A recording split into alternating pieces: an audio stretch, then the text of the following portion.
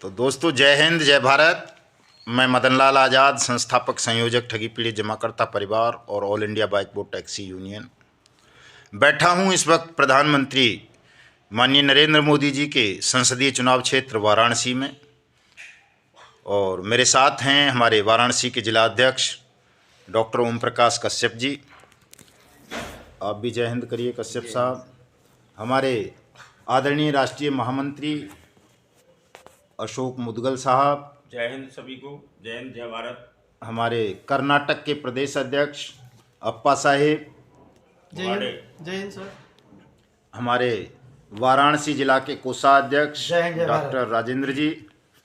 हमारे राष्ट्रीय उपाध्यक्ष आदरणीय मास्टर प्रताप सिंह जी। हमारे कर्नाटक के जुझारू साथी सारथी साहब।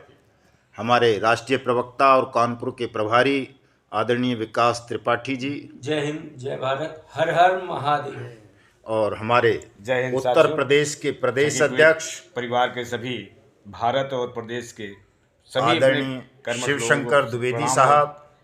नए वर्ष आने वाला है, सबको मंगलमय हो। ठगी पीड़ित परिवार जो आंदोलन चल रहा है वो सफल हो और सबको भुगतान प्राप्त हो। तो साथियों, जैसा कि आप सबको पता है, आज हमने वाराणसी में माननीय प्रधानमंत्री जी को धन्यवाद ज्ञापित करने का, उनका आभार व्यक्त करने का कार्यक्रम रखा था। और ये संकल्प लिया था कि 29 दिसंबर 2023 को हम देश के प्रत्येक ठगी पीड़ित जमाकर्ता परिवार का भुगतान सुनिश्चित करा देंगे। हमारे उस संकल्प में आज कोई बाधा उत्पन्न नहीं हुई। हम माननीय प्रधानमंत्री जी के जनसंपर्क कार्यालय वाराणसी में गए, एक प्रतिनिधि मंडल के साथ, अपने जिला अध्यक्ष के नेतृत्व में, और भी कई जिलों के आसपास के अध्यक्ष हमारे आ गए थे और बहुत भारी संख्या में साथी आए हुए थे। हमारे प्रतिनिधि मंडल के साथ लगभग 1.5 घंटा प्रधानमंत्री जी के जो यहाँ के प्रभारी हैं वाराणसी कार्यालय के, संसदीय कार्यालय के, माननीय मंत्री नीलकंठ तिवारी जी, उत्तर प्रदेश के मंत्री हैं, उनसे लगभग 1.5 घंटे वार्ता हुई। पूरा एक्ट जो आपकी भुगतान की गारंटी के अधिकार का कानून है, अनियमित जमा योजनाएं पाबंदी कानून, उन्होंने तसल्ली से पढ़ा। हमारा जो धन्यवाद ज्ञापन था उसको पढ़ा और हमारी पूरी बातों को सुना। और उन्होंने हमारी बातें सुनने के बाद कहा कि साहब, चूँकि मैं यहाँ वाराणसी संसदीय क्षेत्र के कार्यालय का प्रभारी हूँ, तो यहाँ मैं जो भी वाराणसी डिविजनल कमिश्नरी में जितने भी ज़िले आते हैं, वहाँ तक की पावर मेरे पास है काम करने की। मैं अभी कमिश्नर वाराणसी को कॉल करता हूँ कि वो आपके आवेदनों पर तुरंत एक्शन लें, अगर किसी ने व्यक्तिगत भुगतान का आवेदन किया है तो। और ये मेमोरेंडम तो चूँकि आपने पूरे देश के लिए बनाया है, तो इस पर तो प्रधानमंत्री जी ही दिल्ली से संज्ञान लेंगे। और चूँकि ये आप एक कानून की बात कर रहे हैं, उसके लिए आभार भी व्यक्त कर रहे हैं, तो निश्चित रूप से माननीय प्रधानमंत्री जी इस पर संज्ञान लेते हुए तमाम राज्य सरकारों को निर्देशित करेंगे। लेकिन मैं अभी जितना अधिकार मुझे है, मैं अभी कमिश्नर को कॉल करता हूँ, आप वहाँ जाइए। आज से ही आपका भुगतान प्रोसेस आरंभ होगा वाराणसी डिवीज़न में। और दोस्तों, ऐसा ही हुआ। हम पीएम कार्यालय से आकर के बाहर जनसभा की शास्त्री घाट पर, जनसभा के वीडियोज़ वगैरह मैं इसमें संलग्न करूँगा मैं। और वहाँ जनसभा करने के बाद हम यहाँ डिविजनल कमिश्नर वाराणसी से मिलने गए। उन्होंने बड़े आदर, सम्मान और सत्कार के साथ हमारा स्वागत किया, हमारी बातें सुनी। और हमारे पहुंचने से पहले ही, चूँकि पिछले हफ्ते भी हम उनसे मिले थे, बट्स एक्ट दे करके गए थे, तो उन्होंने अपने आदेश की कॉपी हमको थमा दी कि साहब, मैंने 4 जिले मेरे अंदर आते हैं, वाराणसी, चंदौली, गाजीपुर और जौनपुर। मैंने चारों डीएम्स को लेटर लिख दिया है कि वो 3 दिन के अंदर अंदर मुझे बट्स एक्ट के तहत प्राप्त आवेदनों पर अपनी अपनी रिपोर्ट प्रस्तुत करें। उन्होंने उस लेटर की कॉपी हमें दी, जो लेटर मैंने अभी फेसबुक आईडी मदन लाल आज़ाद पर लगाया है, उसे वहाँ जा कर के आप पढ़ सकते हो दोस्तों। तो मैं जो एक बात बार बार सबको कहता रहा कि सब लोग जिनका भी पैसा किसी भी कंपनी या क्रेडिट कोऑपरेटिव सोसाइटी में अटका है, फंसा है, डूबा है, जमा है, वो सब साथी अपना अपना व्यक्तिगत आवेदन अपने अपने नज़दीकी सक्षम और सहायक सक्षम अधिकारी के यहाँ कर दें, ताकि सबका भुगतान बर्ड्स एक्ट के अंतर्गत उनकी जमा राशि का 2 से 3 गुना 180 दिन में उनको प्राप्त हो सके। तो दोस्तों, ये प्रक्रिया आरंभ हो गई है, लेटर हमने लगा दिया है, आप देख सकते हैं। अगर किसी को यकीन ना हो तो ये देश के 42 करोड़ ठगी पीड़ित जमाकर्ता परिवारों के लिए आज का कार्यक्रम एक माइलस्टोन है, मील का पत्थर है, दिशा सूचक है, दिशा निर्देशक है। आप सब इसका अनुसरण करेंगे तो निश्चित रूप से आप सब अपना भुगतान प्राप्त कर लेंगे, भले ही आप PACL पल्स के विक्टिम हों, सहारा इंडिया समूह के विक्टिम हों, टोगो रिटेल मार्केटिंग के हों, GCA के हों, कल्पतरु के BCL के हों, कर्म भूमि के हों, समृद्धा जीवन के हों, साईं प्रसाद के हों या साईं प्रकाश के हों, श्री राम रियल एस्टेट के हों या किसी Sanjeevani, Apeshwar, Kheteshwar, Dhokeshwar, JKB, Trinity multi state, Janshakti, कैमना, अल्केमिस्ट और क्या बोलते हैं उन्नति, गिव एंड टेक और क्या है जी वो मेटाफोर्स, या जितनी भी कंपनी हैं देश भर में, एवरग्रीन वगैरह, उन सब में अगर आप किसी का भी कोई भी पैसा डूबा है तो आप इस कानून के तहत अपने भुगतान का दावा प्रस्तुत करके अपनी जमा राशि वापस प्राप्त कर सकते हैं। मैं हमेशा बताता रहा कि गारंटी के अधिकार का कानून है, इसके इम्प्लीमेंट से कोई भी अधिकारी या सरकार मना नहीं कर सकेगी।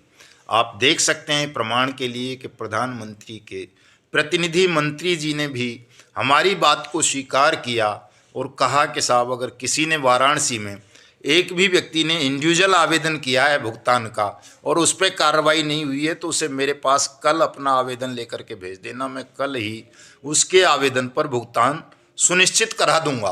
तो हमारे जिला अध्यक्ष चूँकि खुद विक्टिम हैं, KBCL के हैं और दूसरी कंपनी में भी इनका पैसा फंसा है, तो कल यही जाएंगे अपना आवेदन लेकर के। चूँकि संज्ञान में हम बहुत सारी चीज़ें सरकार के में दे नहीं पाए हैं, हमारे साथी अलग अलग खिचड़ी पकाते रहते हैं, अब भी पकाने का प्रयास कर रहे हैं, जो एक सीधा और सरल मार्ग है उस पर चल नहीं पाते। तो जब प्रधानमंत्री जी के प्रतिनिधि मंत्री ने ऐसी बात कह दी दोस्तों कि आपका भुगतान करने की जिम्मेदारी वास्तव में उन्हीं की है, सरकार की है, तो फिर आपको अब और किससे कैसा आश्वासन चाहिए, कैसी गारंटी चाहिए। इसलिए मैं आप सबसे पुनः आज अनुरोध करता हूं कि देश के जितने भी ठगी पीड़ित हैं, चाहे किसी भी कंपनी, किसी भी क्रेडिट कोऑपरेटिव सोसाइटी, किसी भी फर्म, किसी भी कॉरपोरेशन समूह वगैरह के आप जमाकर्ता निवेशक हैं, तो आप सब अपने अपने भुगतान का दावा बर्ड्स एक्ट 2019 के अंतर्गत अपने अपने नज़दीकी सक्षम और सहायक सक्षम अधिकारियों के यहाँ अवश्य कर दें। और यदि आप एजेंट साथी हैं किसी भी कंपनी के या किसी भी क्रेडिट कोऑपरेटिव सोसाइटी के, तो आपका भी दोस्तों ये दायित्व तो बनता है कि आप भी अपने निवेशकों के भुगतान के दावे जल्दी से जल्दी करा दें, अगर नहीं कराए हैं तो। और जिन्होंने करवा दिए हैं वो उनकी एक्शन टेकन रिपोर्ट अपने अपने कमिश्नर ऑफिस में जा कर के मांग लें। मैं भी अभी जा रहा हूँ, खैर कल चंदौली में भी मेरा कार्यक्रम है, मैं चंदौली पहुँचूँगा, पास का ही जिला है।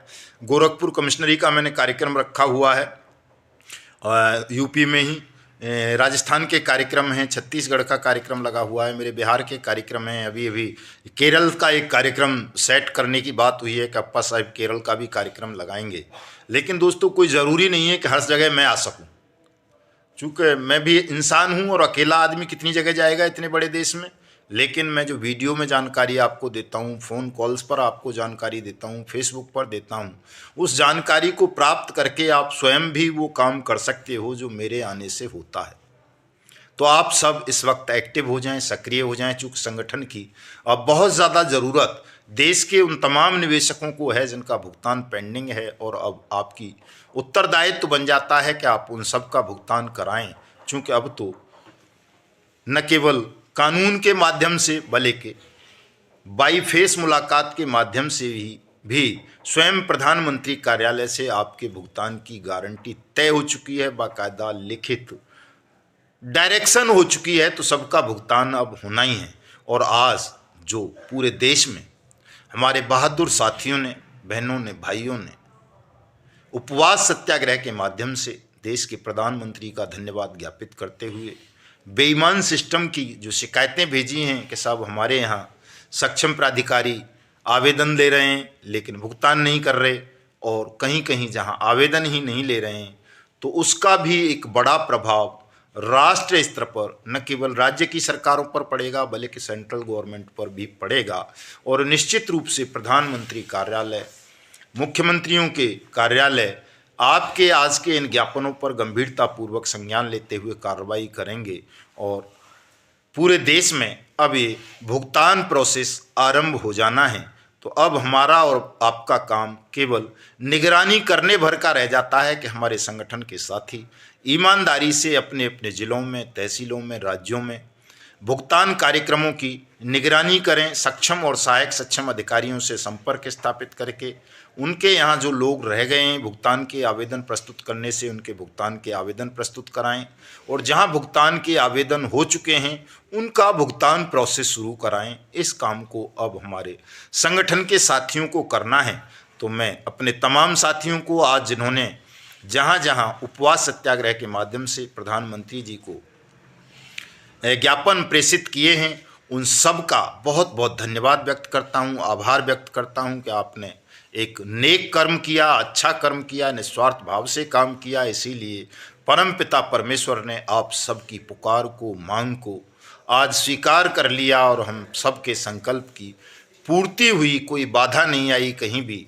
बहुत लोग डरा रहे थे कि साहब वाराणसी में प्रधानमंत्री के यहाँ जाएंगे तो लाठी बाजेगी, मुकदमे दर्ज होंगे, मदन लाल तो ऐसे ही बहकाता रहता है, किसी दिन सबको फंसवा देगा, मरवा देगा, मुकदमे बना देगा और अपनी वकालत चमकाता रहेगा, सबसे पैसे ऐंठते रहेगा मुकदमों के नाम पर, जमानत के नाम पर, तारीखें दिलवाने के नाम पर। लेकिन दोस्तों लाठी गोली बंदूक तो बात छोड़िए, किसी को तू भी नहीं कहा। आप फोटोग्राफ्स देख सकते हैं, अभी मैं लगाऊंगा फेसबुक पर। प्रधानमंत्री के प्रतिनिधि मंत्री जी के साथ के साथियों को फ़ोन कॉल करके पूछ सकते हैं, किसी ने वीडियो बनाई होगी तो वो वीडियो भी शाम तक ग्रुप्स में हो जाएगी। वीडियो भी शायद कुछ साथियों ने बनाई थी कि इतनी लंबी विस्तार से चर्चा मैं नहीं समझता कि किसी के साथ प्रधानमंत्री कार्यालय में कोई प्रतिनिधि करता होगा। तो ये बड़ी उपलब्धि है आप सब लोगों की कि सब कुछ शांतिपूर्ण ढंग से संपन्न हो गया। देश के 42 करोड़ ठगी पीड़ित जमाकर्ता परिवारों का भुगतान सुनिश्चित हो गया। अब आप सब अपने अपने दावा प्रस्तुत करके अपना भुगतान प्राप्त कर सकते हैं। और 30 जनवरी को दोस्तों, 30 जनवरी 2024 को एक बड़ा जश्न भुगतान राजधानी दिल्ली में प्रधानमंत्री के आवास पर ही होगा। आप सब उसमें सादर आमंत्रित हैं। लेकिन वहाँ जो भी साथी आएँ वो अपने अपने भुगतान के दावे पहले प्रस्तुत कर दें अपने जिला कलेक्टर्स के यहाँ या तहसीलों में या डिविजनल कमिश्नर्स के यहाँ या जो भी आपके क्षेत्र में सक्षम प्राधिकारी हों। तो मिलते हैं कल फिर से आपके साथ नए संदेश के साथ चंदौली में जो भी होगा नई बात बताने के लिए, और आज के कार्यक्रम पर जो भी अपडेट्स होंगे वो भी कल प्रस्तुत करेंगे। कल चंदौली में कार्यक्रम है, चंदौली के आसपास के साथी कल वहाँ हमसे मुलाकात कर सकते हैं। हमारी पूरी टीम कल वहाँ रहेगी। जय हिंद, जय भारत।